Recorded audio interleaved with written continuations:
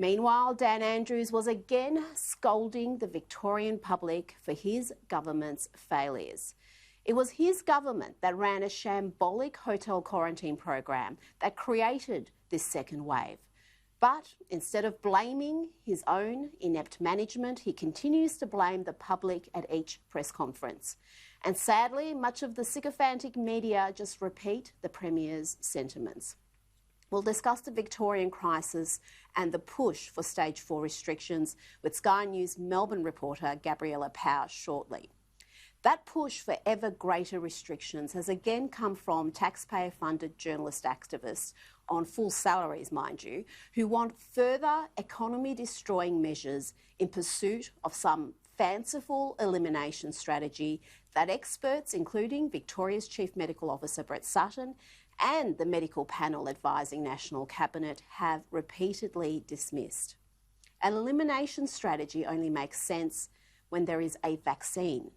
And yet those whose livelihoods are not in jeopardy continue to push for policies that would destroy even more jobs and businesses. In today's news report, you will hear about 2 further lives lost to COVID-19, both of them men in their 90s in aged care facilities. Yesterday, 3 lost their lives to coronavirus. All women, 1 in her 80s, 1 in her 90s, and 1 aged over 100. When a nursing home patient with a number of comorbidities dies from COVID-19, it leads the news. But there's no coverage of the desperate 25-year-old who takes his own life, or indeed the dozens of Australian lives lost each week to suicide. The human cost of this pandemic is not confined to lives lost directly to coronavirus. Australia's top mental health experts have warned that the economic and social effects of the pandemic will lead to a significant increase in the suicide rate that will outnumber deaths caused by coronavirus. Modelling released in May by the University of Sydney's Brain and Mind Centre predicts an additional 750 to 1,500 deaths annually. That's on top of the 3,000 plus Australian lives lost to suicide every year. Those advocating for ever greater restrictions would do well to consider the unintended consequences of job-destroying policies.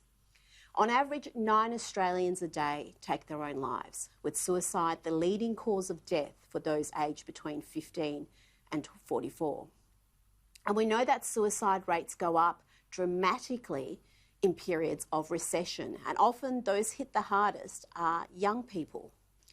We won't know the full impact of COVID-19 on the suicide rate for several years, given the economic effects will continue long after the pandemic is over, and due to the lag time of up to 2 years before suicide statistics to come in. But we must take decisive action now to address mental health in this country. Financial stress, joblessness and poverty can and do cause severe mental health issues and an increase in the suicide rate. Ignoring this pertinent issue won't make it any less real. It's about time we spoke about this crisis. Nothing good comes from concealing uncomfortable truths.